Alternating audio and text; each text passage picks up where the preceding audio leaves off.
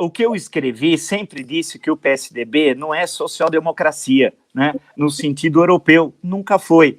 E mais recentemente, menos ainda, porque a social-democracia europeia, por isso que eu estou dizendo, no campo das ideias. Assim como o PT não é um partido de esquerda no sentido europeu, no sentido clássico, nunca foi um partido marxista, no sentido da tradição, ou da segunda internacional, ou da terceira internacional, porque vamos qualificar a reflexão.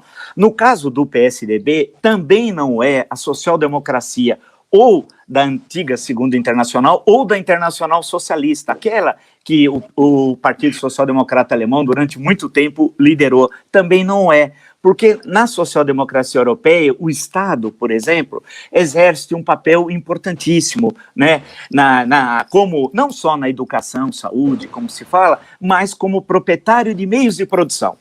Então, é necessário qualificar a reflexão, como o Estado como proprietário dos meios de produção. Social-democracia europeia era assim, o Partido Trabalhista inglês foi assim, e nem sempre, até o De Gaulle, vamos lembrar um pouquinho, quando o De Gaulle vira presidente em 44, a primeira presidência de Gaulle até 45, depois ele volta em 58, em outro processo histórico, fundando a Quinta República Francesa.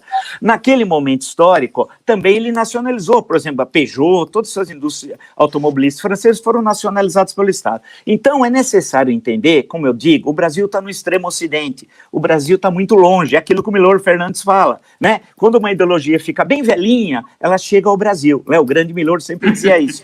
Então, a questão que se coloca é que, no sentido clássico, o PSDB não é social-democracia e cada vez mais, deixa isso claro, teria de ter uma revisão interna, se é que farão um dia, tal, não sei. O PT não é, no sentido clássico, um partido de esquerda, nunca os bancos, o sistema financeiro, o grande capital, nunca lucrou tanto como durante os 13 anos do governo do PT, e isso é inquestionável. Os dados econômicos mostram isso. Não é questão de discurso, é de fato. O fato está lá concretamente. Assim como os liberais, para continuar na questão ideológica, os liberais não são liberais, porque liberais no Brasil, eles apoiam ditadura. Quer dizer, há um contrassenso, e não são liberais no sentido clássico do Stuart Mill, por exemplo, para lembrar o século XIX inglês, né, no campo econômico, Então, a grande questão é que nós temos uma crise ideológica no Brasil, e não é de hoje, mas as últimas décadas isso se aprofundou,